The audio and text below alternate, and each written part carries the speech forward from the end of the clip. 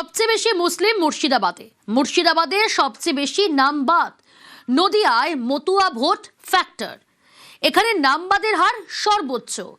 কোচবিহারে factor Rajbanshi vote, আর এই জেলায় 50% বিচারাধীনেরই নাম বাদ।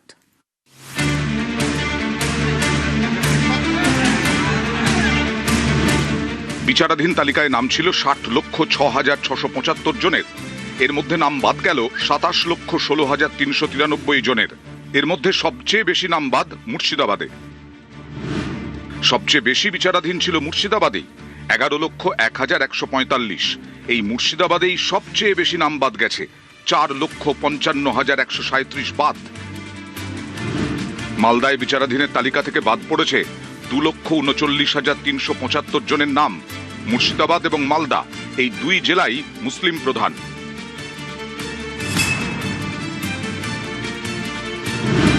নদিয়া জেলা, এই জেলার 17টি বিধানসভা আসনের মধ্যে 5টিতে মতুয়া ভোট ফ্যাক্টর। নদিয়ায় বিচারাধীন ছিল 2,67,094। এর মধ্যে বাদ পড়েছে 2,08,626, যা শতাংশের হিসেবে সবচেয়ে বেশি, প্রায় 78%। 33টি বিধানসভা আসন নিয়ে উত্তর 24 পরগনা, এর মধ্যে বেশ কিছু আসনে মতুয়া ভোট ফ্যাক্টর। উত্তর 24 পরগনা জেলায় বিচারাধীন ছিল 5,91,252, বাদ গেছে 3,25,666।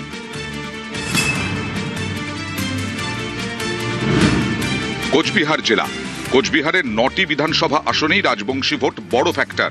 কোচবিহারে 2,38,107 জন বিচারাধীনের মধ্যে বাদ পড়েছে 1,20,725, শতাংশের বিচারে 50.71%। কলকাতায় নাম বাদ 67,632 নাম বাদ।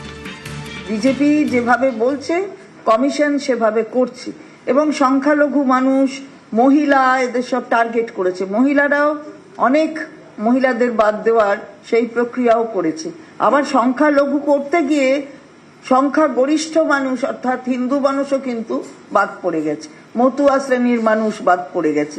বিজেপি যেমন বলছে তেমন ভাবে খেলতে গিয়ে এই কাজটা করছে। বাংলাদেশি অনুপ্রবেশকারীদের নাম থাকবে না।